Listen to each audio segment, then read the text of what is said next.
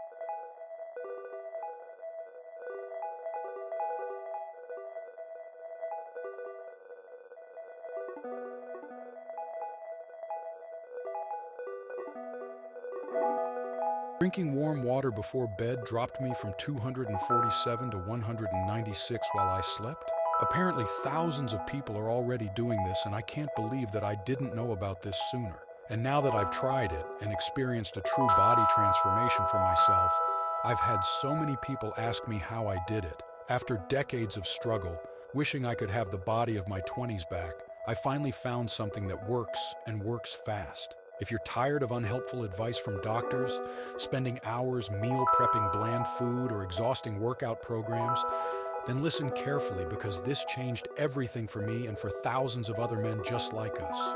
You see, every few months I go visit my bunkmate from basic training. After several decades of service in the Marines, now retired, his body never returned to normal and he struggled with his weight ever since. But last time I went over, I didn't even recognize him. He looked like a young, fit cadet again. The bags were gone, his skin was tight and clear, and his beer belly, it was... You look amazing. What's your secret? Thank you. 59, going strong. I have many secrets. I eat gut-healthy foods.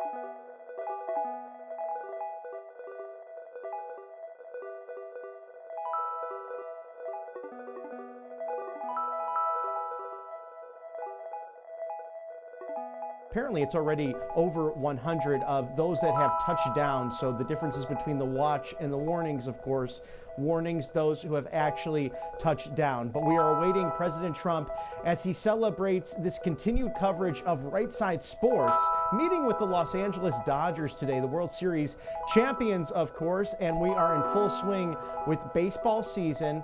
And they say with April showers brings May flowers, and that emerald green, we see the blooming happening at the White House. And over the course of the weekend, First Lady Melania Trump opening up those garden tours once again.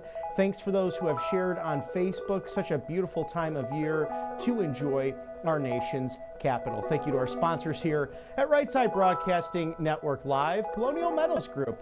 Paul Stone, the great CEO who visits us regularly, has really explained how important this is to protect your retirement against inflation, especially when it comes to the activities of the Chinese Communist Party. If you've watched over the last few days, war games outside of Taiwan, of course, tariff wars happening throughout the United States, President Trump signing last week that important executive order on tariffs, and now 50 nations want to come to the table and say, Mr. President, let's renegotiate. Even this morning, afternoon for them, NATO and French and also other European allies getting together to decide how they will address the United States tariffs. So the European Union coming together to do such things. But in the meantime, what does that mean for your wallet? We'll find out what that does mean by going to Colonial Metals Group. You need gold and silver. It's crucial in this day and age. So scan that QR code now. Shield your savings today. Go to freegoldguide.com/RSBN. That is freegoldguide.com/RSBN. This no obligation guide with many great patriots, including Judge Janine Pirro, who are endorsing this great organization. It'll tell you what to do when it comes to saving the value of your money. Think about this. Gold has increased in value over 7,000%. And that's since 1971, when we went off of the gold standard during the Nixon administration. So protect you, yourself, your loved ones, everything that's important in life, and that can be a great financial tool. Not only properties, assets, 401ks, and IRAs, but gold and silver, tangible metals. And of course, people like Warren Buffett, not only putting all of those billions into the stock market, but encouraging gold and silver, the best in the business. Colonial Metals Group, thank you for sponsoring us here at Right Side Broadcasting Network Live. There's a live shot of the White House, 1600 Pennsylvania Avenue, where today President Trump will be welcoming the Los Angeles Dodgers, those world champions. Man, their pitching is good. They just know what they're doing. Talk about money ball. They can get on base and they can take down even the best amongst them. I even thought last year maybe the Atlanta Braves had a shot, but nothing compared to the Los Angeles Dodgers. We'll see how that season goes as it's commencing in its early days. So far, my Chicago Cubs in first place. They're 6-4. How about that for the National League Central? So we love baseball here, America's pastime. As I'm sure you were watching the great coverage this weekend with Matthew Alvarez in San Antonio, Texas. Sadly, our Auburn Tigers did fall short, but again, their whole motto, call God. Whether they win or they lose, it's all about giving it to the big man upstairs and communing with him. Love how Coach Bruce Pearl mentioned in the post-game press conference, that the worst thing you can do, it's not the worst way to insult someone actually, is not to necessarily be rude. It's not to necessarily push them aside, but it's really ignoring them in the process. He said he does not want his players to ignore their Father God. And what a great message to have in college, because it's about shaping servant leaders, and Bruce Pearl's doing just that at this great university. We're so proud of the run, and we look forward to next season. Also, congratulations to the UConn Husky women's team. They won their Final Four. Of course, the men's final tonight between Florida and also the University of Houston. An exciting game tonight, so be sure to watch that.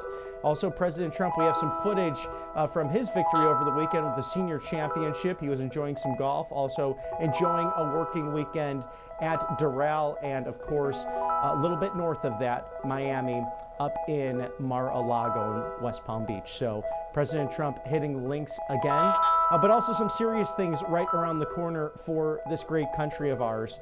President Trump showing on True Social the fentanyl crisis. It is killing hundreds of thousands of people, and it has historically. President Trump securing that border to make sure this stops. But we have that very sad and important video to show you right here at Right Side Broadcasting Network.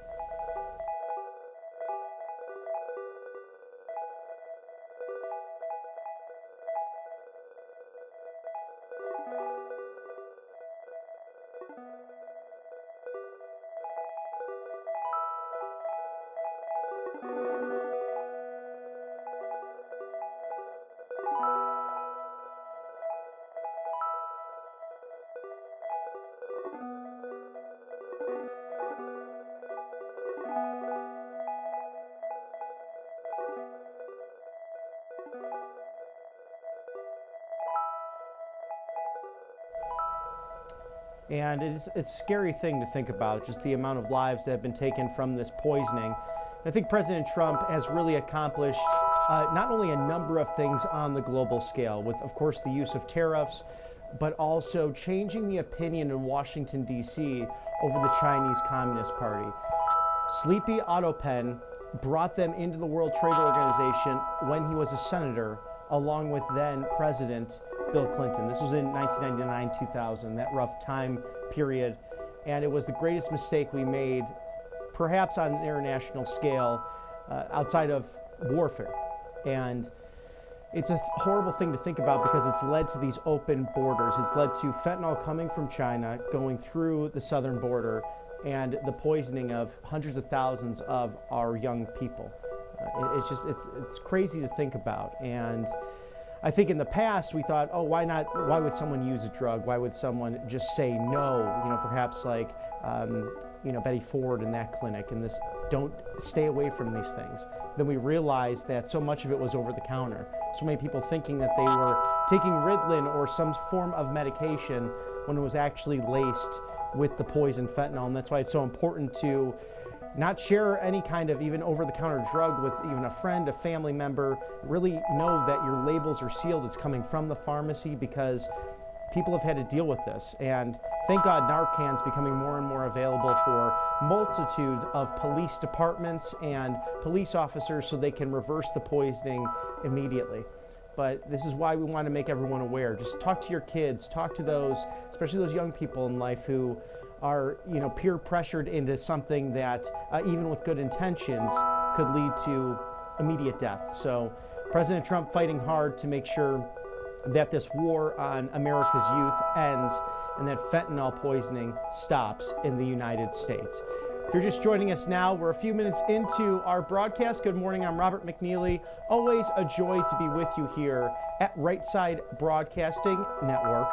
We are covering President Trump today as he welcomes the Los Angeles Dodgers, that great American baseball team, the World Series champions from last year. And also, he will be meeting with Prime Minister Benjamin Netanyahu, Bibi Netanyahu, making yet another trip to the White House as he is seeking to fully secure his nation in light of the October 7th, 2023 attacks.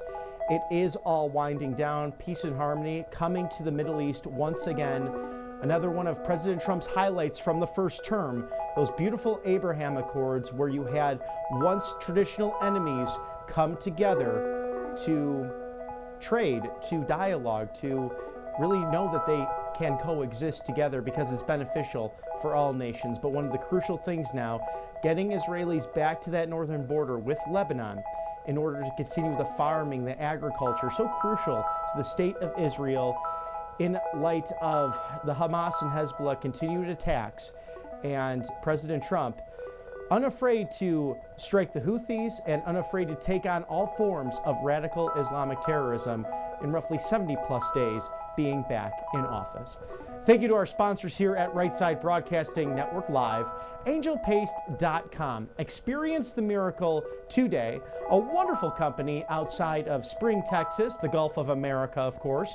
And they have so many different options, but this miracle cream specifically, their best option when it comes to getting rid of those dry hands. Vitamin B infused, non-GMO, no chemicals. You also have the orange option, which helps with immunity, full of vitamin C, a great thing to use when you might be feeling a little bit down. And also a mosquito repellent, all natural. They have that there available because they know a thing or two about mosquitoes in Spring, Texas, a beautiful tropical climate, but nonetheless gets a bit humid, and it's somewhat of a haven when you get all the rain outside and those tight moisture fronts that come in. But we'll talk more to Christina Loren about all that meteorology. They also have a facial spray, great for the guys. So it's just another thing to get you ready to get the town painted red. So angelpaste.com, experience that miracle today. A wonderful Christian-based company. They also hire veterans in the Lone Star State and abroad. So come on down to Spring, Texas and work for the miracle. Angelpaste.com. Thank you for sponsoring us here at Right Side Broadcasting Network Live. And President Trump enjoying a star-studded Right Side Broadcasting sports kind of weekend. And we actually have footage of not only his golf swing, he won the senior championship, but also the landing of Marine One at Trump National Doral. How exciting is that? Imagine if you get to own a golf course and just land right on the golf course. Why not? And this was for the LIVE Golf Tournament. We'll run both of those videos, and I gotta tell you, I have nothing to share with the president. His golf swing is pretty much perfect. We'll head on to that now.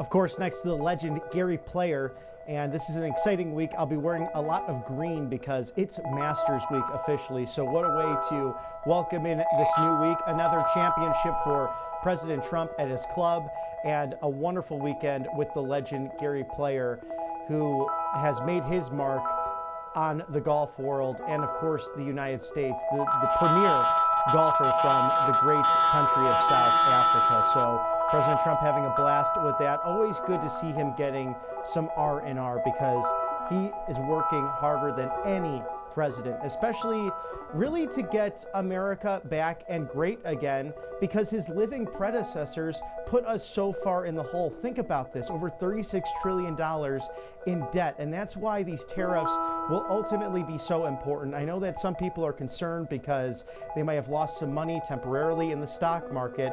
What's unique about us is we look quarter to quarter. Think about the wealth we have in this country, and we are so blessed with that. The opportunity to literally look week to week, quarter to quarter, year to year about that growth. And the problem is you have places like the Chinese Communist Party.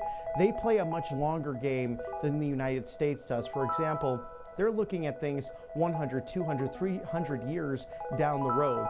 We might be looking at it just a year or two down the road. So what President Trump is doing here, restructuring the American economy, giving the dollar some weight behind it so that you, the middle class, can really find that American dream, prosper ultimately, and we could push back against these globalist threats. The amazing thing too about this is that tax day is just around the corner, and we know how much that's irritating just next week, but you can call those great sponsors of ours, those Patriot experts at Tax Network USA. Settle your back taxes today. Protect yourself from the IRS. Call 800-357-1415. Protect yourself from the IRS. Settle those back taxes now. You can do that by going to tnusa.com/RSBN, whether it's property taxes, state income taxes, or the federal income tax. These people know how to handle it just for you. They share our values. So again, Tax Network USA Incorporated, if you have any questions leading up to next week's April 15th deadline, settle them today. 800-357-1415, tnusa.com/RSBN. Thank you for sponsoring us here at Right Side Broadcasting Network Live. And yes, that dreaded tax day, the federal income tax, we did not have it from 1776 to 1913. Think about that.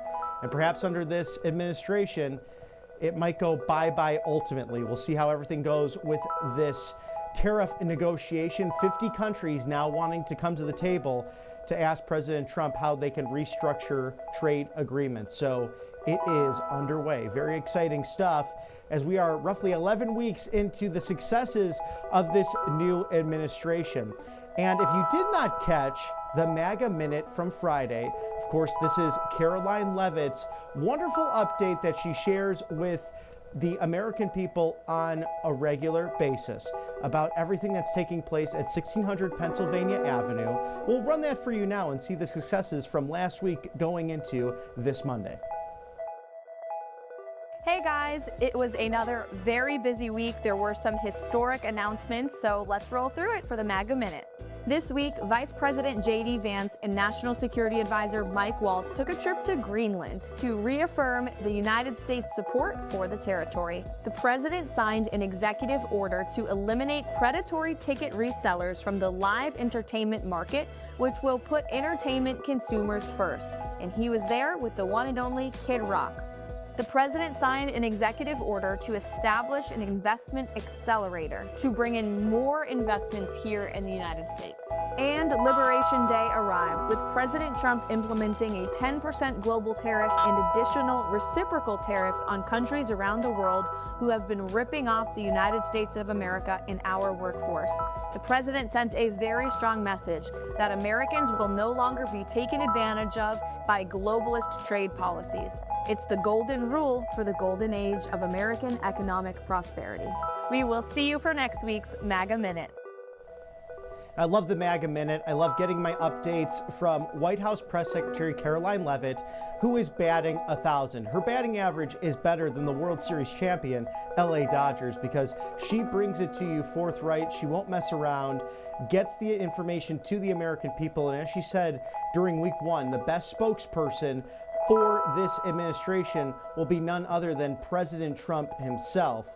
But she's a heck of a press secretary in her own right, perhaps the best in the modern era. So every day we smile because it's like Christmas here in the United States with President Trump back in office. But here's a comprehensive or a non-comprehensive list of the wins in week 11. Illegal crossings hit a stunning new low, down 95% from the last year. The number of unaccompanied illegal immigrant children also reached a record low. This is so good because of the human trafficking that was taking place. If you remember those videos from the Biden administration during that time, not directly from his administration, but from great news outlets that were actually on the ground filming these border agents speaking to 2 or 3-year-olds, 4-year-olds, saying that they crossed the border. They don't know where their parents are. I mean, can you imagine that? If you have a young patriot at home, a toddler, crossing by themselves a border, they were trafficked by coyotes and then almost left for dead.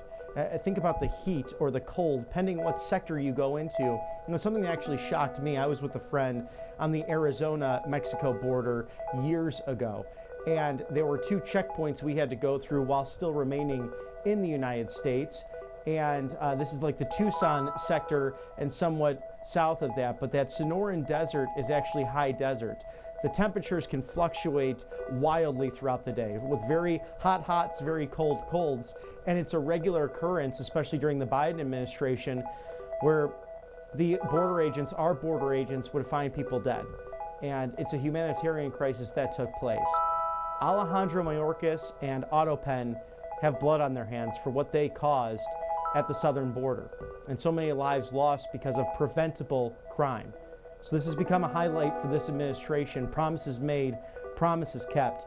Even according to Bloomberg, U.S.-bound migration plunges 99% in the Panama Jungle route, which was one of the most notorious on that trail. President Trump continued to rid our communities of illegal alien criminals. The Trump administration directed the successful arrest of 3 illegal immigrant MS-13 gang members in Florida, and they were wanted on first-degree murder charges with another high-ranking MS-13 member in New York, altogether linked to 11 murders. The Trump administration also directed the transfer of 17 violent illegal immigrant terrorists from the United States to El Salvador. You may have seen last week with Kristi Noem, the Secretary of DHS, in El Salvador, thanking the president in front of that terrible cage of monsters, quite frankly. And you hate to label that with a fellow human being, but these people have treated our fellow citizens and everyone, regardless of race, creed, background, like they were nothing but trash. And in some cases, animals don't treat human beings quite like these gang members have treated their fellow humans. So just an atrocity. So we thank El Salvador for their bravery in standing with the United States. The Trump administration, with state and local law enforcement, successfully arrested more than 40 individuals in a Texas operation targeting the brutal Tren de Aragua plan. And the Trump administration also deported an illegal alien influencer who infamously encouraged fellow illegal immigrants to become squatters. We've seen that so much, especially in the great city of Atlanta. People literally losing their property because illegal alien criminals, drug lords, gangsters would just go in there and say, this is ours now, change the locks, and then they have to take them to court. And in some situations, Fulton County DA Fani Willis, we know about her lawfare against President Trump, just ignored the squatting situation in the city of Atlanta. Amazing what some of these DAs are doing under their influence and overlord, the puppeteer himself, George Soros. But since taking office, the Trump administration has arrested over 100,000 illegal immigrants, deporting the same number of illegal immigrants, again over 100,000, and released just 9 illegal immigrants into the United States, a staggering nearly 100% increase, over 99% decrease over the same period last year under Biden. We also have a video detailing the goodbye by the White House. If you haven't followed them yet on True Social, the new account, at White House. Again, at White House, you can see all of their updates, their videos, and everything coming from the Trump administration right on True Social.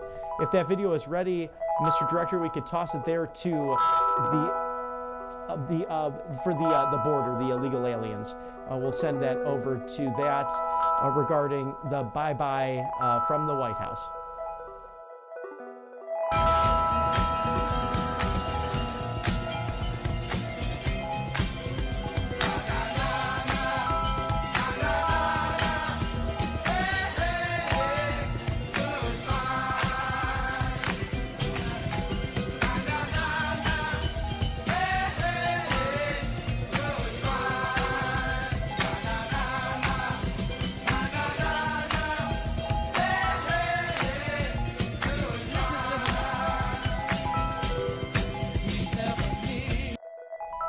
I'm just dancing back here. I'm having a good time because these are really bad hombres that are leaving our great country. And every country has borders. I mean, this is common sense. This is not Republican or Democrat. It's we the people versus a deep, bloated, bureaucratic state. You know, and shame on the NGOs and shame on certain organizations that protected these monsters for so long. Sadly, that includes great institutions like the Catholic Church. Catholic Charities, a wonderful institution. had people protecting these monsters. We just know that to be true based on what we know from the last several years. And enough is enough.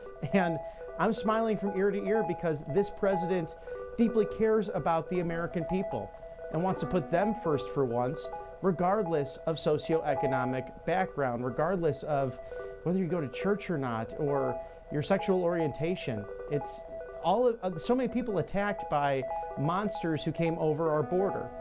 And it ends with this great president. Thank you to our sponsors here at Right Side Broadcasting Network Live, Colonial Metals Group, Paul Stone, the CEO of all CEOs. I gotta tell you, this is your go-to for gold and metal, silvers that have stood the test of time.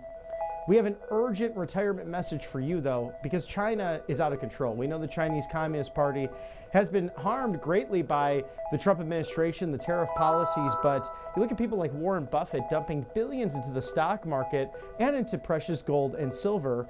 I trust the experts at Colonial Metals Group. You've seen our interviews with Paul Stone here on the network, so I think you should dive in today with your no-obligation guide. freegoldguide.com/RSBN. That is freegoldguide.com/RSBN. Shield your savings now. Scan that QR code and get Colonial Metals Group their no-obligation guide 2025. It's free, it's on the house, and you could find out how gold and silver can help transform your wealth, but also your retirement. You can also qualify for a free home safe and as much as $7,500 in free silver. So again, that's freegoldguide.com/RSBN, or call these Patriot experts on gold and silver today. 866-317-2159. That is 866-317-2959. Thank you for sponsoring us here at Right Side Broadcasting Network. And if we have that image, Mr. Director, that beautiful cartoon that came out from the White House, I actually thought it was a joke at first when I saw it on Truth Social, but it was actually released by the White House. And Vice President Vance and President Trump look good as cartoon characters. Of course, they're very serious in real life, but it was the get them out of here throwback to that beautiful speech from President Trump.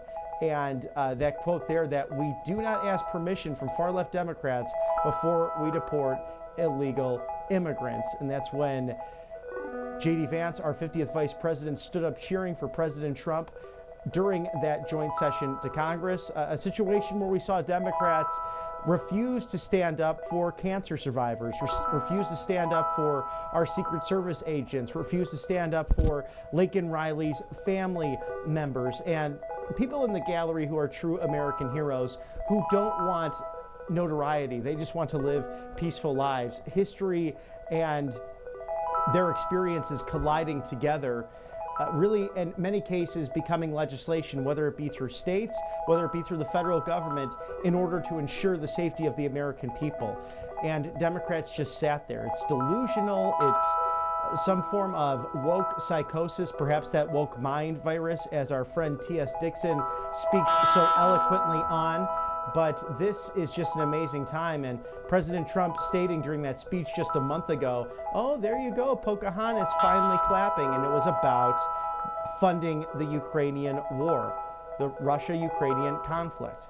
And of course here, because who knows if we have the naysayers watching, and that's okay, welcome if you disagree with us. That's what it's all about here at Right Side Broadcasting Network. Being on the right side of history is about having honest and open debate per the First Amendment, freedom of speech. We cherish that here at Right Side Broadcasting Network Live.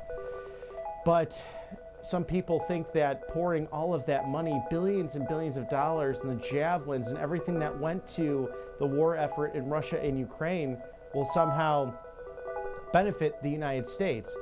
President Trump wants peace. He wants the killing to stop. On both sides combined, millions of people, civilian and soldiers, dying. Two great civilizations, Russia and Ukraine, both beautiful cultures, and they just have poor leadership ultimately. Being against that war does not mean that you're somehow for Putin. It's wrong that he went in. It's wrong that he invaded a sovereign nation. But how do you handle it when you have all of the living predecessors allowed Vladimir Putin to move in on his enemies? There was one man who made sure that did not happen by dialogue, by talking to world leaders throughout many different countries. And that's President Trump addressing these issues, as he will today with Prime Minister Bibi Netanyahu of Israel. And as he's put it, there is no better friend to the state of Israel than President Donald Trump. But his first meeting today, we are expecting very soon, President Trump visits with the World Series champion Los Angeles Dodgers, and there's a live shot there from the East Room in the White House where we see so many of these celebrations taking place, whether it's the Laken Riley Act being signed into law, meeting with world leaders, now 10 that have visited the White House, Bibi Netanyahu, his second visit, and again, in less than 100 days being back in office. This is a record breakneck pace that only one man can accomplish, and it's Donald J. Trump.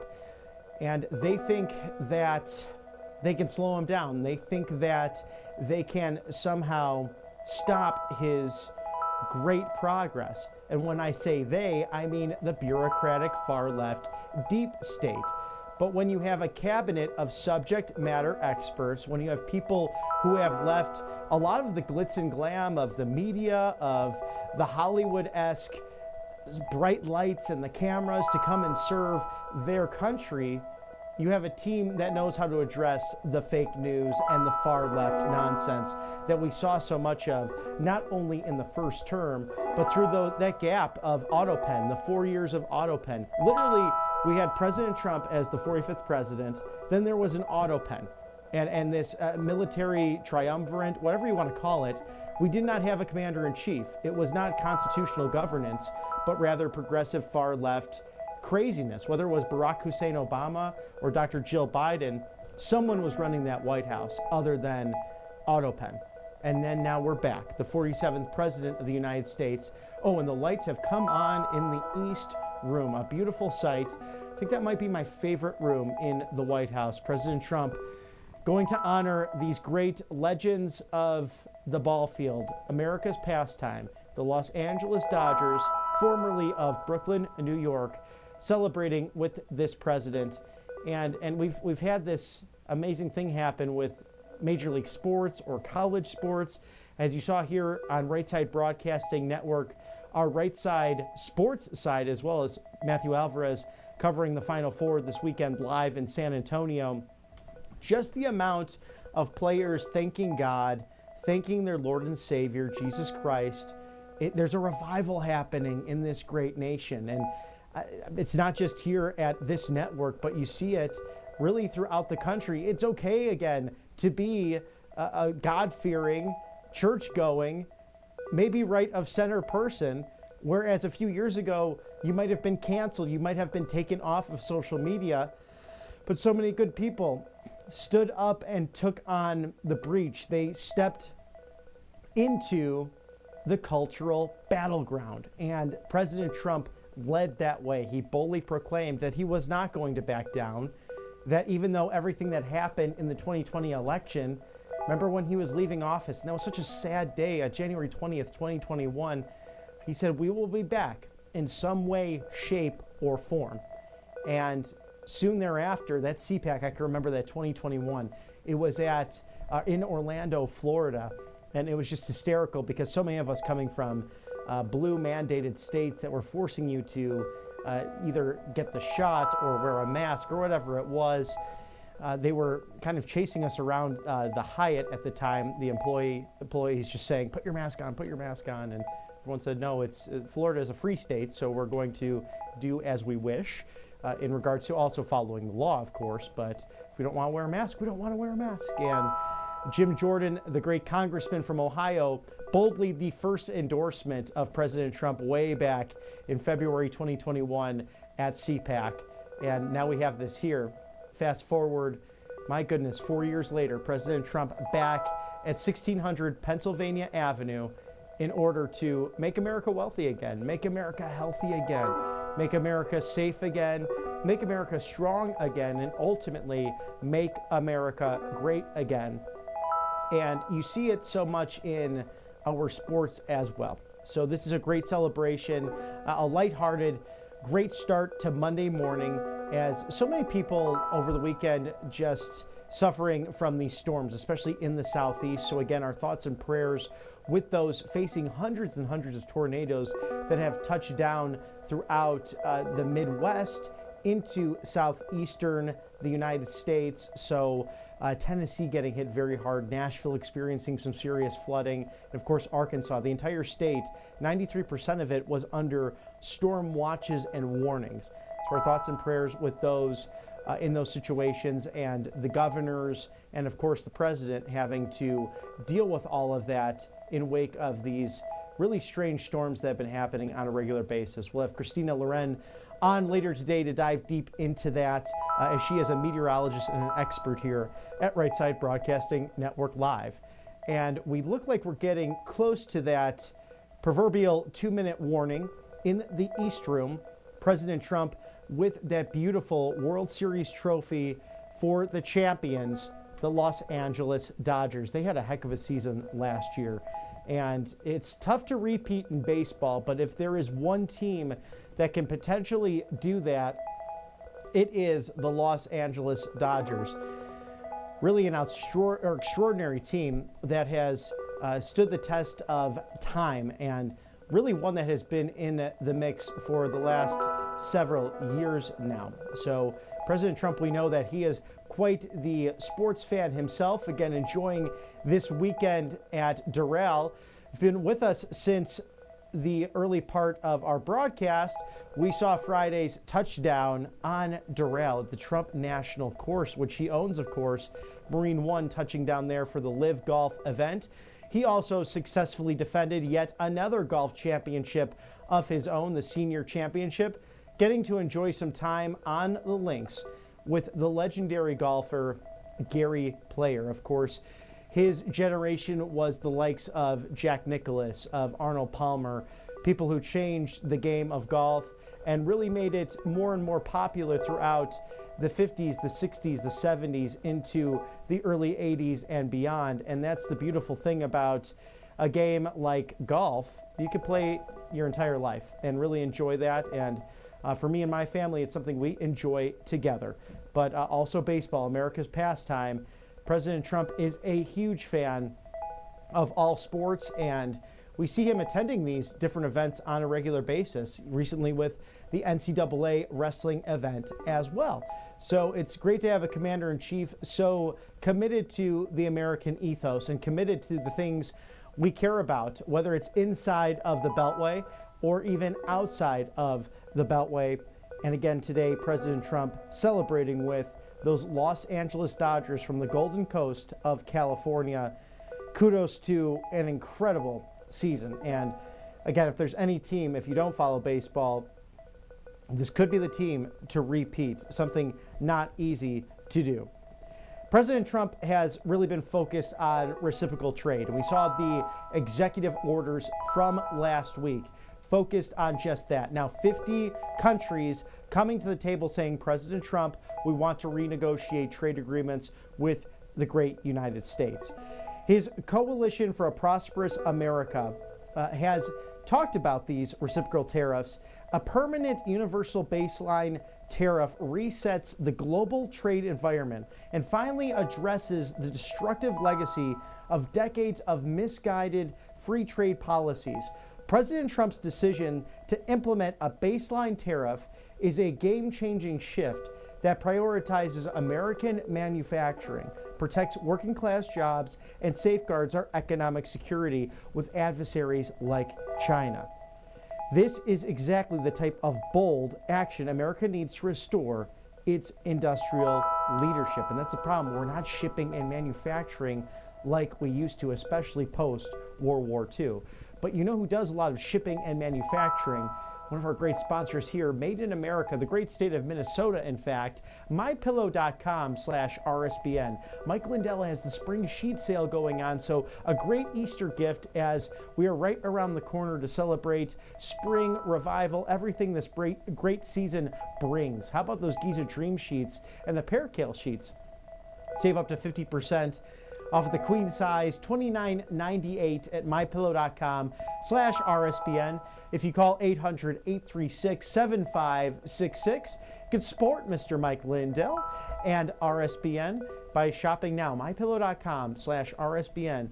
2,000 items for up to 50% off. I have many MyPillow items, especially the MyPillow coffee, the MyPillow original pillow itself. The sheets are also outstanding, and I do enjoy the towel sets personally. So mypillow.com/RSBN. Thank you to Mr. Mike Lindell for sponsoring us here at Right Side Broadcasting Network Live.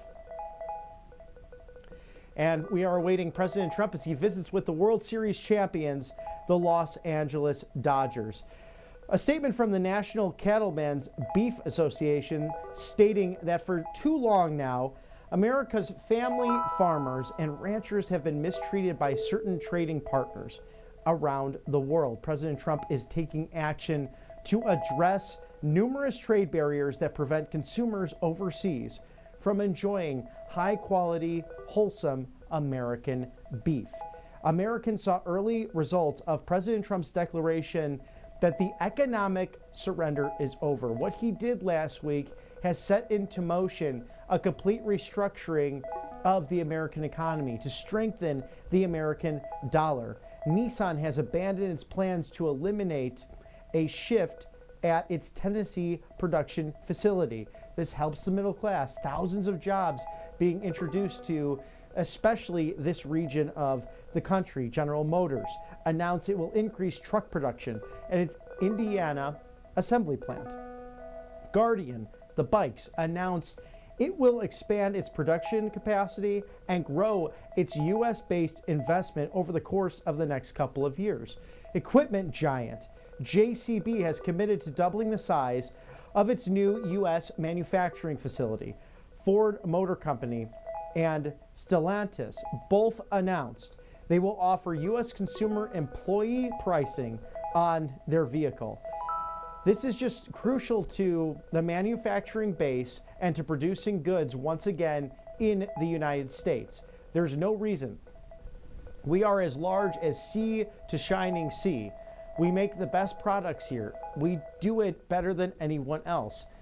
We're not importing poison anymore from the Chinese Communist Party, at least for the most part. They took over our pharmaceuticals. I mean, it's scary to think about how vulnerable we were under AutoPen. And now it's back to common sense. And I know it might be a situation right now where you might be looking at 401k or IRA or investments and, the stock market looks a little scary right now. Hold the line, because very soon this economy is going to roar and skyrocket, much as it did during President Trump's first term, and much as it did going back to, remember the recession from Jimmy Carter, the high inflation.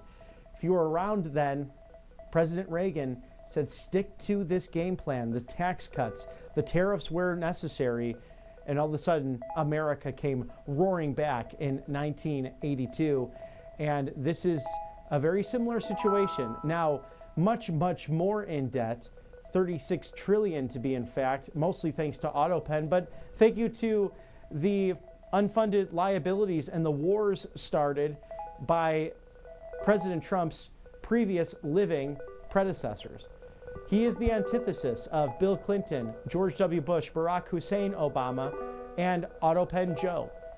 These four attempted to ruin the United States in order to enrich their globalist buddies and themselves.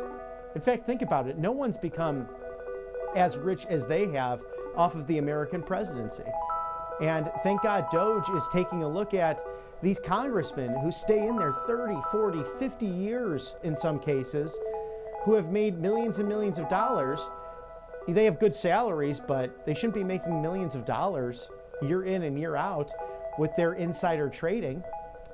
People like Martha Stewart went to jail for those types of practices. I guess if you're in Congress, you're above the law. But this president committed to law and order. Thank you to our sponsors here at Right Side Broadcasting Network Live. Of course, American Finance. You could save an average of $800 per month. And if you reach out today, you can actually get started and roll into 2 months worth of savings. So American Finance, ready, willing, and able to provide up to $800 per month. So that's, think about this, $1,600 of savings just by being with Right Side Broadcasting Network Live. Thank you to AmericanFinancing.net, a great company here at Right Side Broadcasting Network, sponsoring us. So this is a great move if you own a home, whether it's townhouse, a single family home, whatever that might be. Great to look into American financing. With inflation still playing a role in the United States, important to reach out to this great company today, AmericanFinancing.net/RSBN. Thank you for sponsoring us here at Right Side Broadcasting Network Live. And there's a live look at the East Room. We are awaiting President Trump as he celebrates today with those World Series champion Los Angeles Dodgers. Some more important meetings on the schedule today, including meeting with Prime Minister Benjamin Netanyahu of the great state of Israel, his second visit to the White House since President Trump, coming back to 1600 Pennsylvania Avenue. President Trump has continued to pursue peace through strength policies that strengthen all of the world. He has deployed an additional military asset to the Middle East as a warning to the Iranian regime. The Trump administration inked a $2 billion air defense deal with the beautiful country of Poland. President Trump also secured a pledge from Finland to raise its defense spending to 3% of its GDP. This was done over, of course, golf a couple of weekends ago. The Finnish president, a great golfer, also on the team with Gary Player and Senator Lindsey Graham, posting about that, saying that everyone else except for him carry the team. And of course, we know that President Trump has endorsed Senator Lindsey Graham of the Palmetto State, South Carolina, for another term in office. President Trump held a successful call with Egyptian President El-Sisi to discuss the immense progress the United States has made in eliminating the Houthi terrorists. And President Trump had a productive call with the Vietnamese leader, Tu Lam, who expressed willingness to cut the country's tariffs on U.S. imports. So winning, winning, winning on all levels. And this economic agenda coming from the peace through strength, really benefiting most Americans. The latest jobs report shattered expectations. 228,000 plus jobs in March. It was anticipated that it would only be a growth of around 100,000. So for the second straight month, this is highlighted by massive growth in the private sector job growth arena, a spike in full-time employment, wage growth, and an expanding labor market.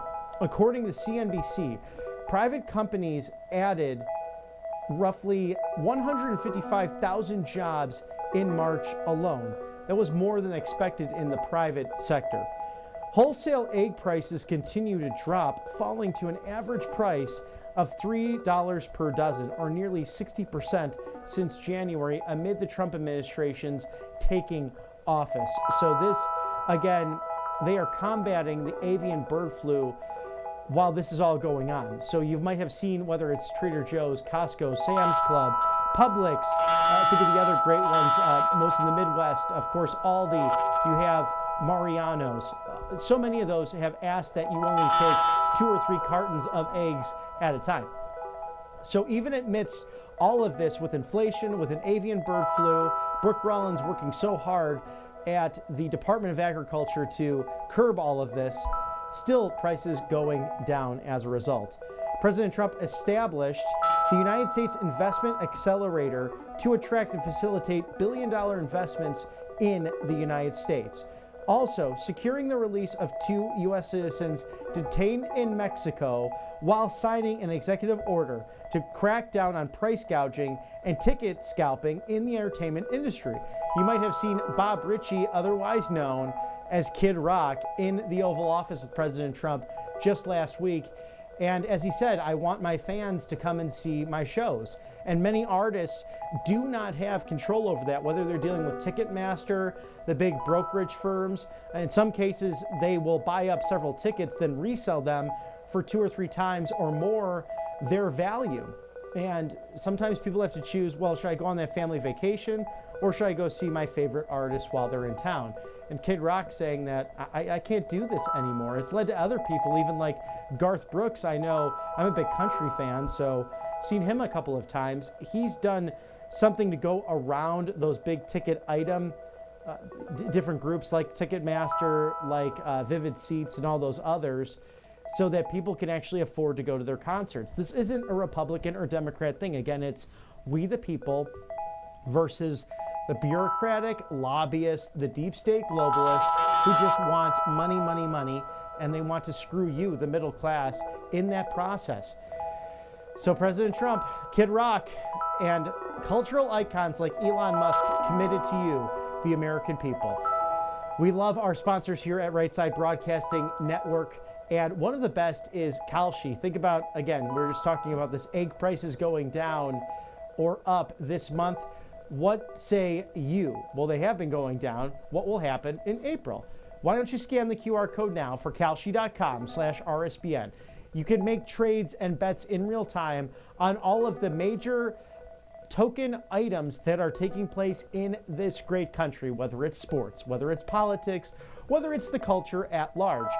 Make your voice known today and put your investment into that by making some cold hard bets on these live trades. So scan that QR code now, kalshi.com/RSBN. Thank you for sponsoring us here at Right Side Broadcasting Network. That is Kalshi, KALSHI.com/RSBN. And we are awaiting President Trump live from the East Room with those Los Angeles Dodgers, the World Series champions. The championship trophy is at hand. We'll be next to President Trump as he speaks live from the podium. We're going through some of those victories that he's had these past few weeks, 11 weeks in office. The Department of Energy unveiled its plans to use thousands of acres of its land, including national laboratory campuses, nuclear sites, and former enrichment plants, to quickly develop data centers that will power the artificial intelligence revolution. The Department of Energy also removed additional regulatory barriers on liquefied natural gas exports. And as President Trump said, so much of the liquid gold right under our feet. And how good will that be compared to an auto pen that canceled the pipeline coming from Alaska through Canada all the way to the United States. Even former Prime Minister Justin Trudeau, that far left lunatic, wanted that pipeline coming through Canada because it provided Canada with jobs and with growth and with wealth. And thank God President Trump putting that back online, the Keystone XL pipeline. Meanwhile, AutoPen, when he got rid of that pipeline, he decided to offer up his support for a pipeline going from Russia to Germany, and then making the Russia-Ukraine conflict even more complicated as a result, because so much of Europe relying on Russian energy. We could be energy independent here in this country. It's simple. We've done it before. Look at all that oil in the beautiful Gulf of America and all the oil under our feet. It just makes sense. We are a self-sustaining nation. It's time for us to export more rather than import, and making us weaker on the global scale. This president understands that. And going back to the 2016 campaign, when he was debating crooked Hillary Clinton, isn't it about time that we have someone who knows a thing or two about money? That's what President Trump said. And he's right. He knows a thing or two about money, having gone to the Wharton School of Finance. The man is a brilliant businessman who built a global empire, the Trump Organization, dominating in real estate, dominating in golf, and dominating in hospitality. The man knows his stuff.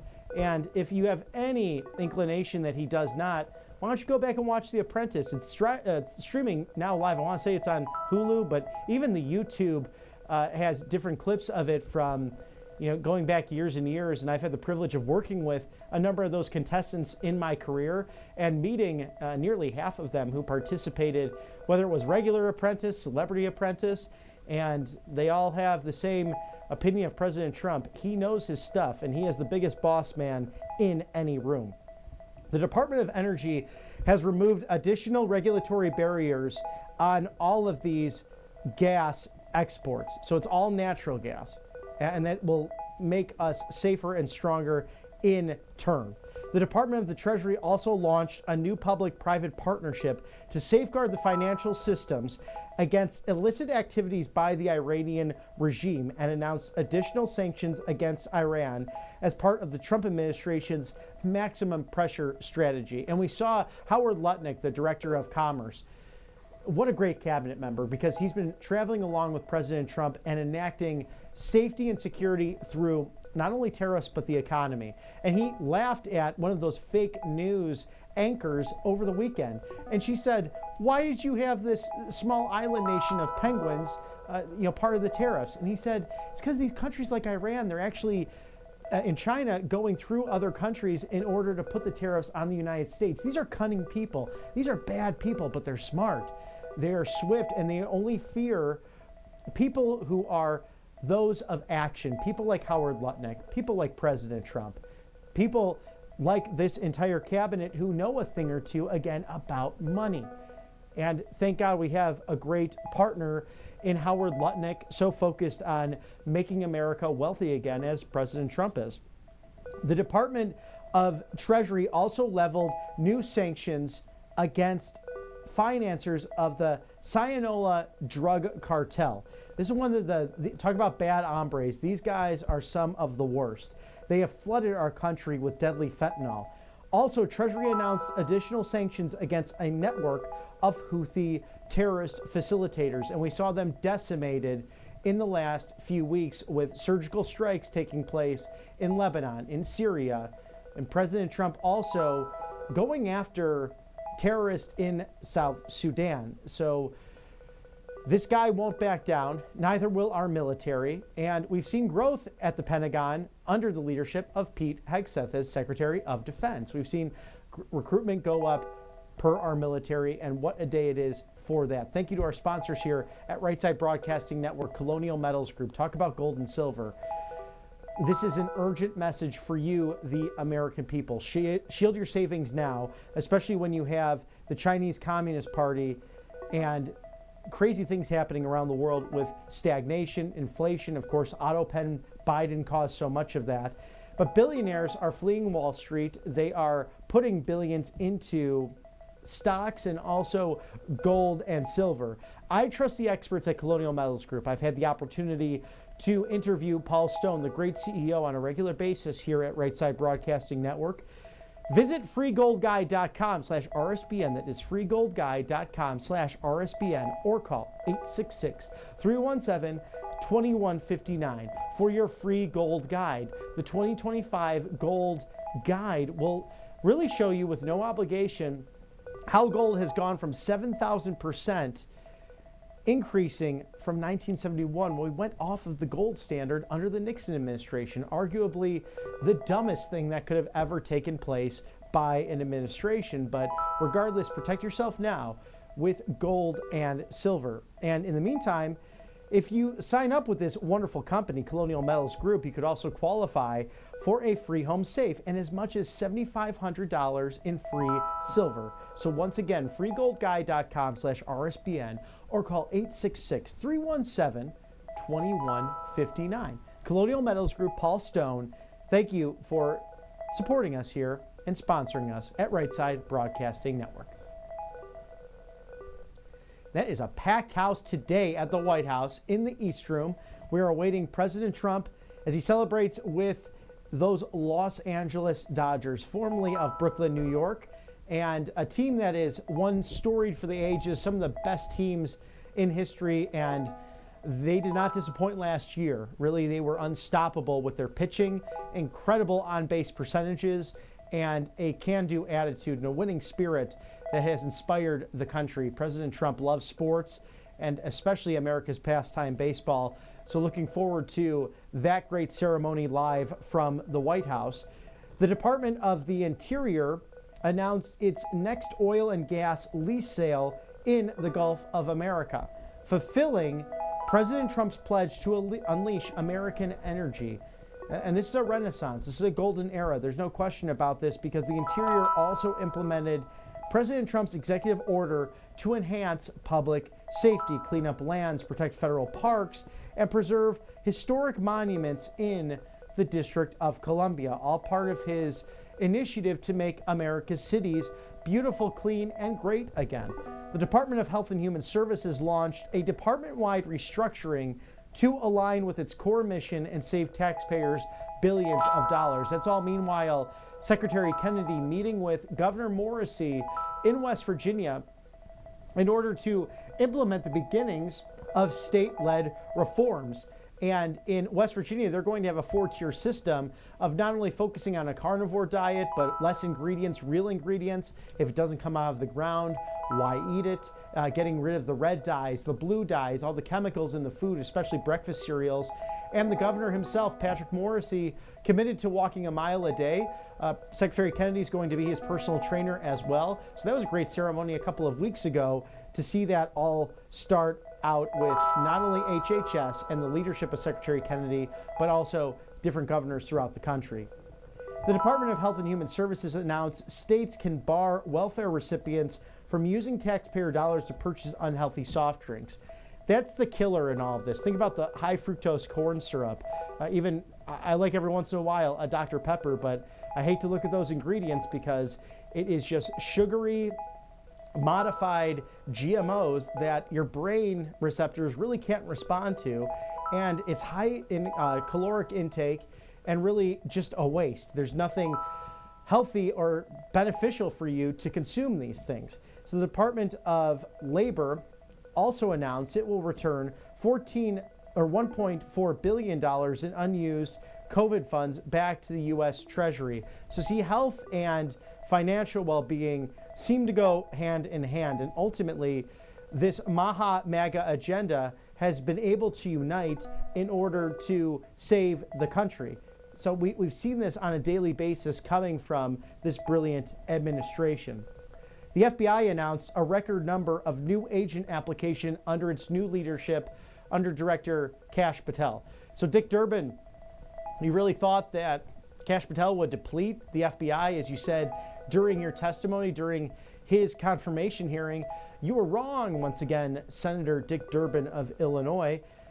This has been the best director of the FBI in recent memory, someone who actually is fighting for transparency. I also can't remember an FBI director who actually went to a raid with ICE and with FBI agents to make sure the bad guys got apprehended. This was done in Virginia with Attorney General Pam Bondi and also Governor Glenn Youngkin, who mentioned in the press conference after the raid removing some of the top bad hombres from MS-13 to Tren de Aragua.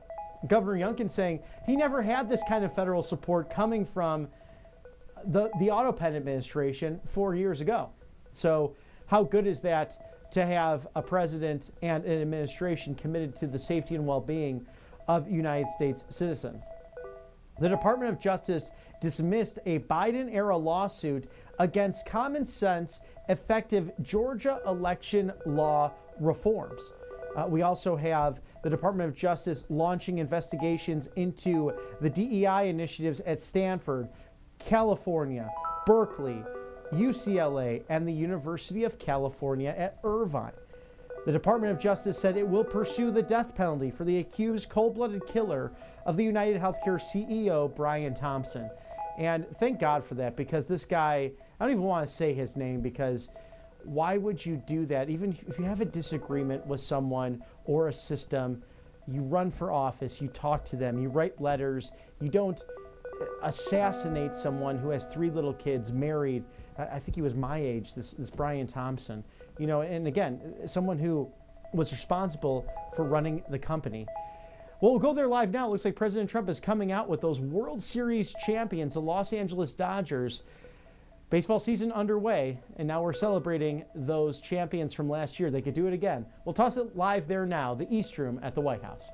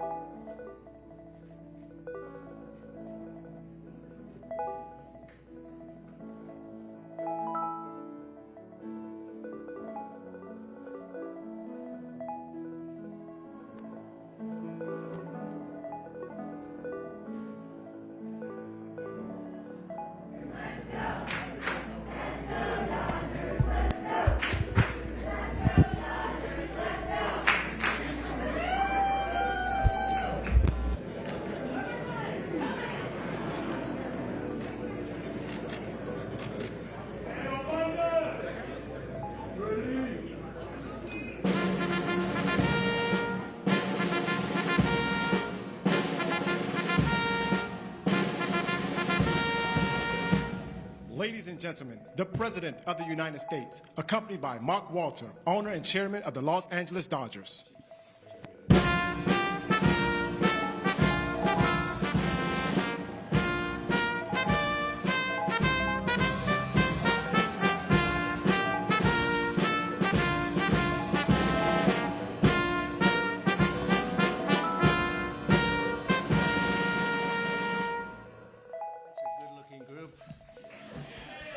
I see some people oftentimes, like politicians behind me, it's not so pretty. That is a very good-looking group of people. And I'm thrilled to welcome to the White House and very special people, actually, very talented people, the 2024 World Series champion, the Los Angeles Dodgers.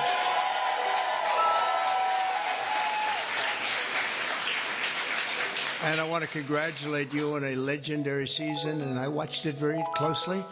Some of those teams were home teams, and you did a big number. You're really amazing how it all came out and how it all ended. With us today is Dodgers owner and chairman Mark Walter. Thank you very much, Mark. Congratulations. President Stan Kasten, one of the greatest managers of the really ever to wear the Dodger blue, Dave Roberts. What a time he's had.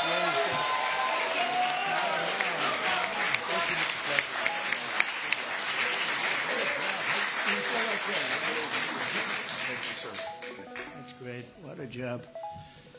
I think he would have lasted even with George Steinbrenner, right? I love George, but he was very quick. He would, you lose 2 games and you were fired, right? Great job, Dave.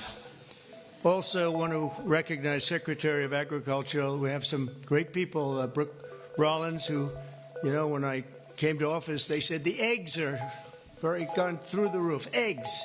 I said, what the hell are they talking about? I was there for 4 days and they were blaming me for eggs, and they've gone up like 6 times or something, some record number. You couldn't get them. And I gave it to Brooke, and I just saw the other day they're down 73%. Right? That's pretty good. And the press doesn't mention that. Nobody talks about it, so but I know. Secretary of Labor, Lori Chavez DeRimmer. Thank you. Congratulations.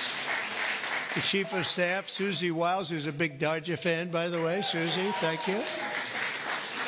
And we have also Representatives Kevin Kiley, Congressman Kevin Kiley, Young Kim, thank you, congratulations, great job. Jay Obernolte, Jay, thanks Jay. Nanette Barragan. Nanette, where's the, hi Nanette, oh look at that, huh, what nice outfit. One of my favorite people, Gus Bilirakis, Congressman. Hi, yes. Addison McDowell, new to the Congress, but doing a great job. Thank you, Addison. A real good baseball player and a friend of mine, Roger Williams. Great job. And another new congressman, but he's been there a long time in a mental sense, because he has really done a job and he knows Congress very well. He was with me for 7 years. Brian Jack. Brian, congratulations, Brian.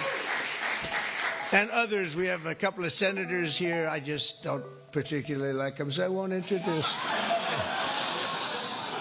Over the course of this amazing season, the members of this team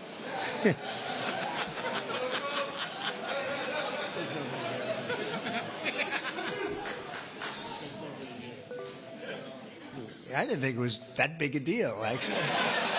Washington. Over the course of this amazing season, the members of this team gave us some of the most incredible performances ever seen on the baseball diamond. In all of baseball history, only 6 players have ever hit 40 home runs and stolen 40 bases in a single season. And an elite group known as the 40-40 Club. It's a 40-40 club, and very few people make it. But unanimous National League MVP, Shohei Ohtani.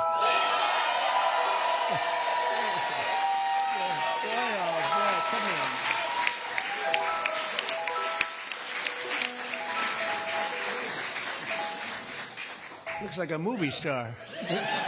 He's got a good future, I'm telling you. year. Think of it, all of them. And he did something even more because he became the first ever member of the 50-50 club. So 40-40 is top. Hitting 54 home runs and 59 steals, and an accomplishment unparalleled in 149 years of Major League Baseball. Think of that. That's just incredible. Even more incredibly, Shohei clinched that achievement in what some have called the greatest game ever. Was it that good of a game? Huh? That was a pretty good game, actually, right there? Is he good? It's only getting better. And he's getting better. Getting better. That's scary for a lot of people, huh? Even more incredibly, Shohei clinched the achievement. I mean, it really was, and at a time that, at an age that nobody ever thought was possible. On September 19th, 2024, he did the unthinkable by going 6 for 6. This is a pretty amazing. I didn't realize it was that good. I saw that game 6 for 6 against the Marlins with 3 homers, 10 RBIs, and a pair of stolen bases. Other than that, it was not a great game. How many people have gone 6 for 6? Just period, right? Not very much, right? Maybe a dozen. Maybe a dozen. Amazing. As you know, the Dodgers were down a lot of talent on the mound last season due to injury. The resilient group used 40 different pitchers, the most ever by an eventual World Series championship team. They had to go and get them. I don't know how they got them and where they got them, but they got them because they won. I know you especially miss the heart and soul of the pitching staff, Clayton Kershaw, who is really fantastic.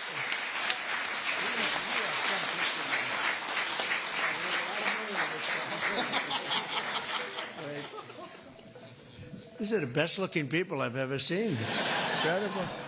But Clayton has been unbelievable, and if you look at his records and you look at the stamina, the endurance that he's had, and we're really happy to have him. I'm glad to meet him. I've watched him for a long time. He's a young guy yet, but you are a young guy, but I've watched you for a long time. So congratulations, amazing. All year the Dodgers faced down adversity. You entered the playoffs battered and bruised, but not broken. When you ran out the healthy arms, you ran out of really healthy. They had great arms, but they ran out. It's called sports. It's called baseball in particular, and pitchers, I guess you could say, in really particular. But the starting rotation during the National League Division Series, this scrappy Dodgers bullpen shut out the Padres, saved the season, and forced Game 5. Then key players battled back from midseason injuries to help deliver the National League pennant, including superstars Mookie Betts. Oh, is he good?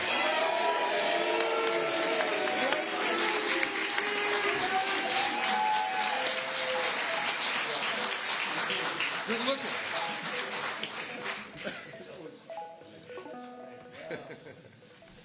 Mookie, that guy can play, can't he? I mean, unbelievable. You really, Mookie is, I've been watching it. I don't want to say I watched him when he was on Boston, but I did.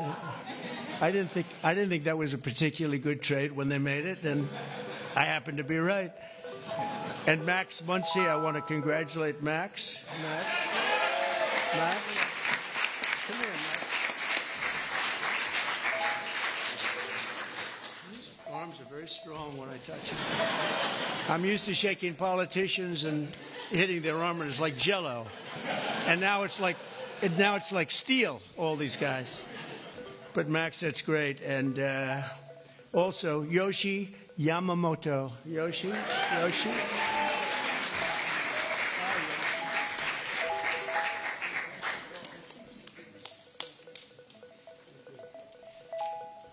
Wow, what great athletes. And, of course, Series MVP, Tommy Edman. That was an MVP series.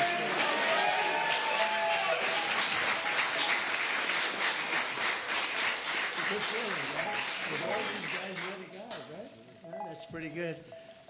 That's a lot of talent you had to beat out there for the MVP. But they all had an incredible. Tommy was 407 with 11 RBIs in 6 games. That's not bad, right? That's not bad. Good job. When it counted, too. Next game, the blockbuster World Series against another iconic team known as the New York Yankees. I love the Yankees.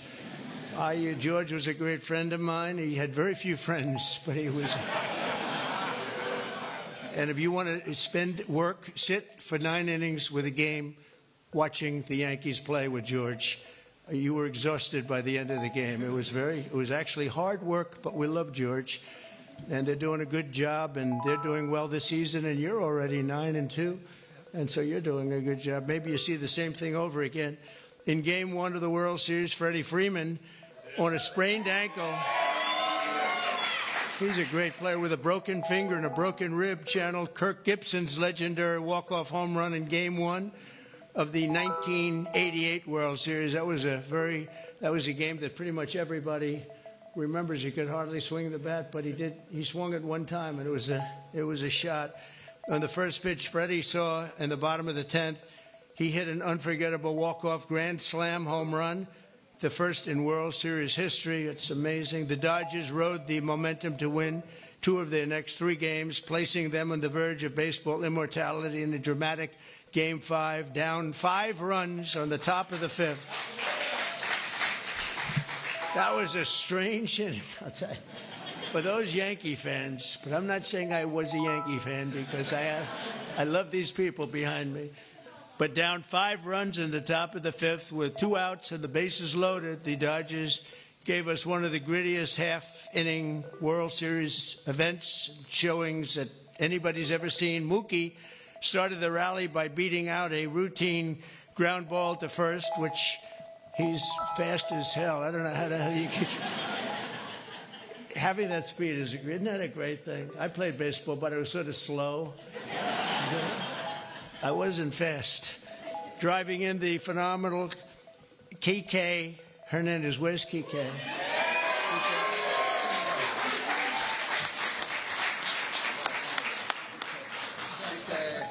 It's a hell of a group.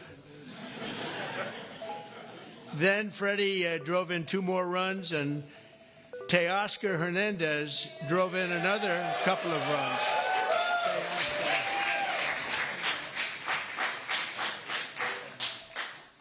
That's a group. Teoscar, so you're doing well this season too? Yes, that's what I heard. That's what I heard. After a few dominant innings from Blake Trainin. Where's Blake? I heard dominant, right? That's dominant.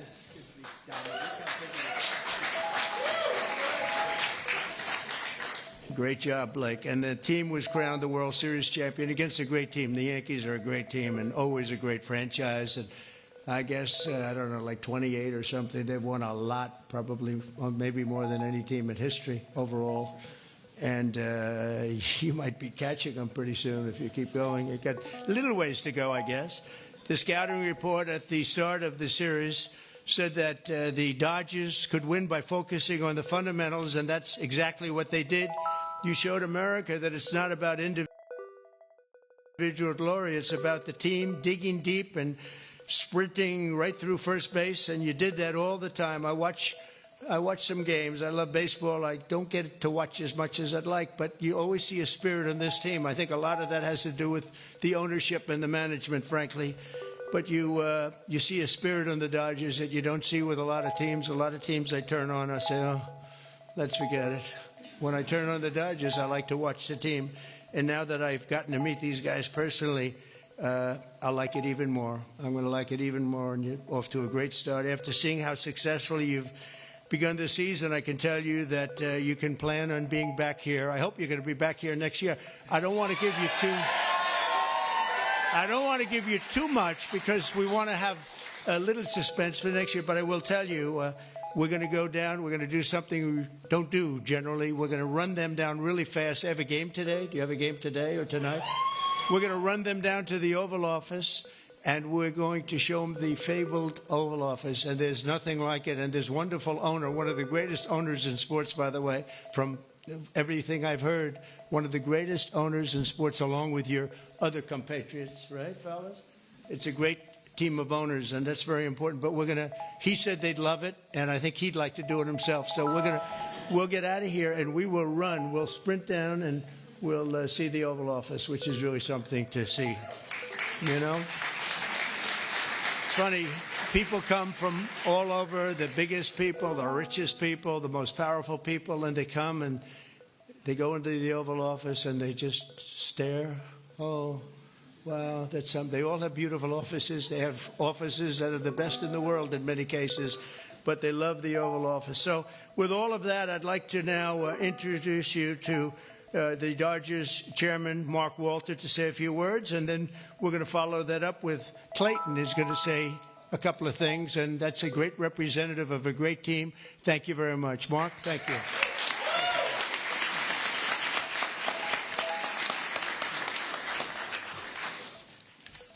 Well, thank you very much.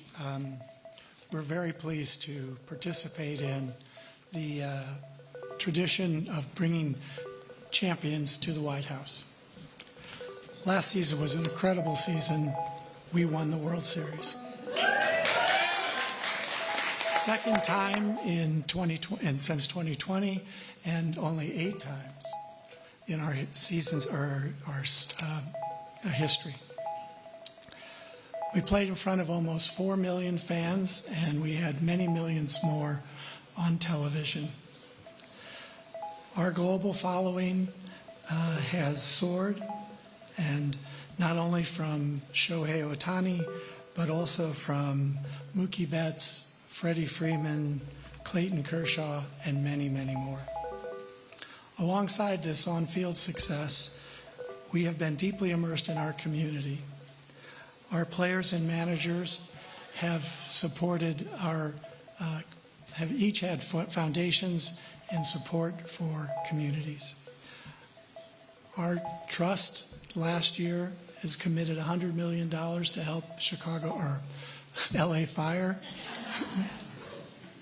And so on behalf of the organization, I want to thank you. Thank you very much.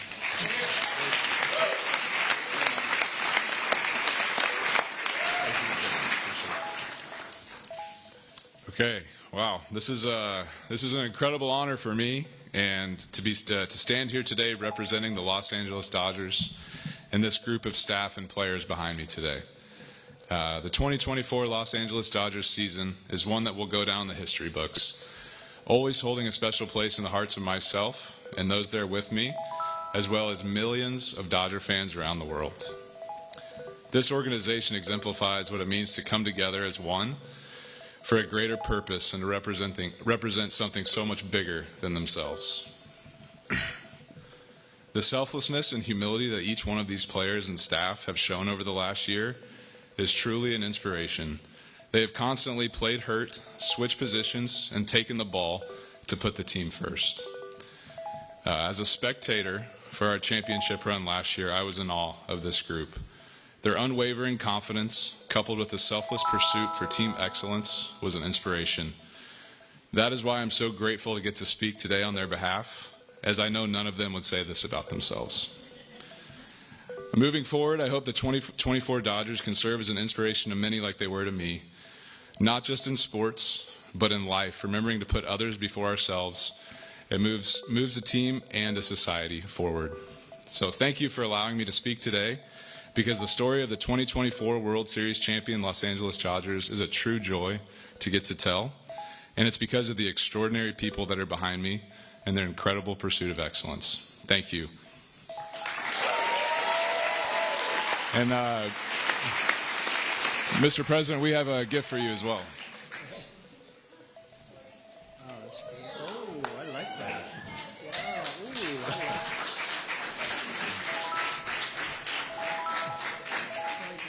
Come on, Mark. Oh, they're going to move.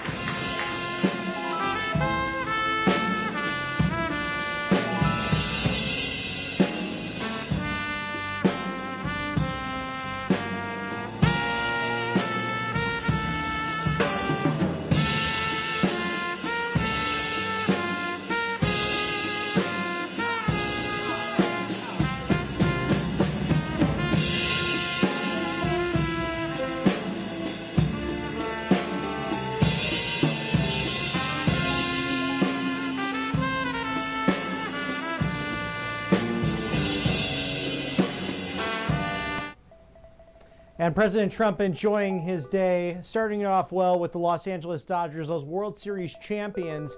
And now they're going to get a tour of the Oval Office. And as he ran through the amazing stats of so many standout players, records set, incredible pitching. You just think of Clayton Kershaw, just wow. They really paved the way for a winning team and could do it again this year. They're already 9-2. So, I mean, they've come out hot. And a hard thing to do in baseball, repeat a championship, but definitely a possibility with this crew. As I was going through the highlights of President Trump's victories as he was highlighting the great stats of this team, the Department of Transportation continued making progress on the unprecedented backlog of unfulfilled grants left over from the Otto-Penn Biden administration.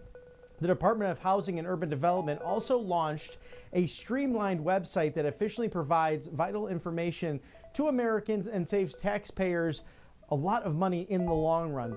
United States Citizenship and Immigration Services formally removed the option of a third gender on immigration paperwork. You might not have known about that one. Not really reported around many networks, but very important, especially for our national security, further restoring common sense to our government. And Dr. Mehmet Oz was confirmed as administrator of the Centers for Medicare and Medicaid Services, and Matthew Whitaker confirmed as the U.S. ambassador to NATO, continuing the rapid pace at which President Trump's nominees receive final approval. And if you were watching any of the hearing last week as well with Ambassador, former Senator David Perdue, just the importance of having to deal with the Chinese Communist Party, something that's now become really a bipartisan focus moving forward with the administration and those in Congress. If you're just joining us now, it's almost noon o'clock at the White House on our beautiful East Coast. It is 9 a.m. back at the home of the Dodgers, Los Angeles, California. And I'm Robert McNeely. It's a pleasure to be with you as President Trump is hosting the Los Angeles Dodgers at the White House, the World Series champions. And I actually texted a dear friend of mine who works at the White House, hoping to get a photo of one of those big rings. I've had the privilege of wearing a White Sox ring. I actually know the optometrist for the team. He was in the Lions Club with me way back in Wheaton, Illinois a few years ago. And I saw my buddy there who's at the White House. He was wearing the Chicago Cubs ring when they visited the White House during the first term. Those are some big rings. They're fun to see and fun to hold and share in this great celebration of American sports competition. Thank you to our sponsors here at Right Side Broadcasting Network Live. AngelPaste.com. Experience that miracle today with their Miracle Cream. This is vitamin B infused, non-GMO, no chemicals. A great option for those dry hands. They also have an immunity line known as the Orange Option, and they have natural mosquito repellents as well. They know a thing or two about mosquito repellent being in the tropical area of Spring, Texas, just off of the Gulf of America, a beautiful location in the Lone Star State. They are Christian owned and operated. They also hire veterans. So a wonderful company, big fans of theirs, and I've tried their products. I wholeheartedly endorse them. So feel free to take a look, especially guys. They have a facial spray as well. So get ready to paint the town red. The only way to do that is by experiencing the miracle at angelpaste.com. Thank you for sponsoring us here at Right Side Broadcasting Network. And Mr. Director, that other sponsor real quick. Oh yes, American Finance. Please meet with them as tax season is underway. So we're all focusing on the cost of living, and AmericanFinancing.net/RSBN can help you save up to $800 per month. And if you reach out to them today, they'll actually be able to help you with backlogging 2 payments. So think about this, the backlog of $800 per month, so you could save up to $1,600 really over the course of the next 2 months.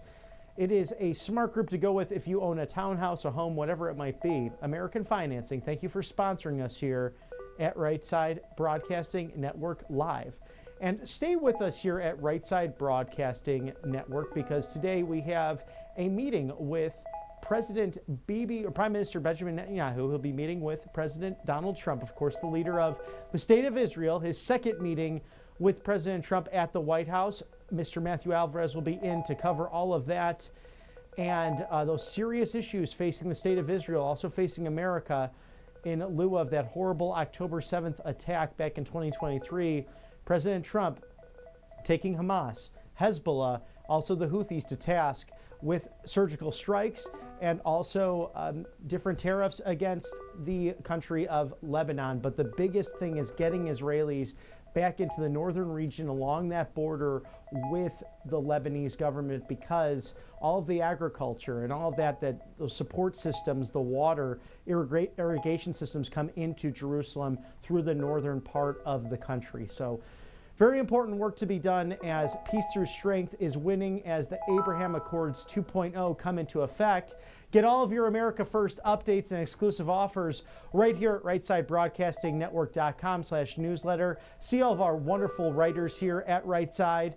Also, if you are able to, please feel free to donate to this citizen journalist outlet known as Rightside Broadcasting Network at rsbnetwork.com/donate. We appreciate anything to keep this America First update moving in real time. We are now your go-to live desk for all of the new media, everything in the America First world, whether it be inside or outside of the Beltway. But we will wrap this broadcast and then stay tuned for this afternoon, where President Trump will be meeting with Bibi Netanyahu around that 1:30 Eastern mark. We'll also have updates for you to play regarding a number of different interviews, including commentary from our very own Christina Loren on the storms that have been affecting the Southeast United States. But for all of my wonderful colleagues here at Rightside Broadcasting Network Live, I'm Robert McNeely. We'll see you very soon. Have a great day. God bless, and stay on the right side of history.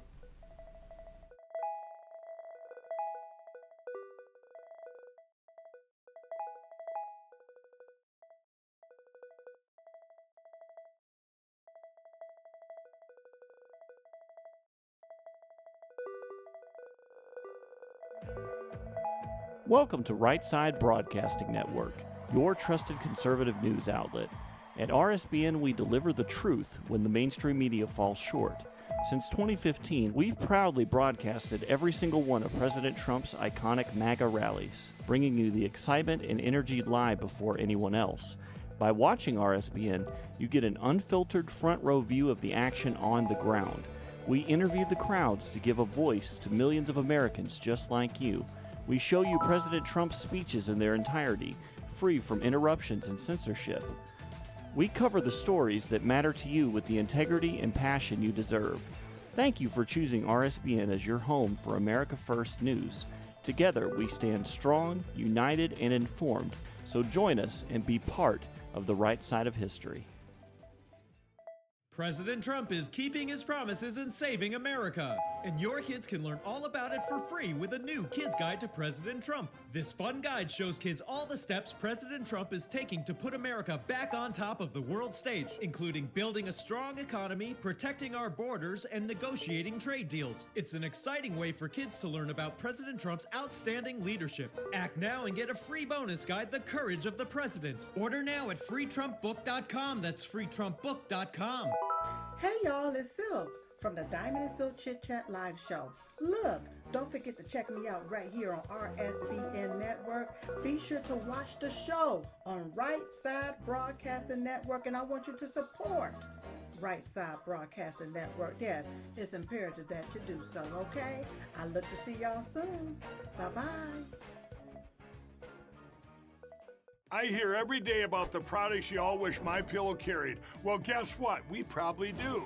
Slippers, bathrobes, pet beds, blankets, mattresses, sleepwear, loungewear, duvets, comforters, pot holders, aprons, oven mitts, and so much more. And they're all on sale. For example, get our best-selling standard MyPillows for only $14.98. Body pillows, $29.98. 6-piece bath towels or kitchen towel sets, just $29.98. Multi-use MyPillow 2.0s with pillowcase, $9.98. Save $40 on our Spring Percale and Giza Dream bedsheet sets. Any size, any color, and so much more. So go to MyPillow.com or call the number on your screen. Use your promo code to save up to 80% on all MyPillow products. and I've never done this before. When you spend $100 or more, you're going to get 2 standard My Pillows absolutely free.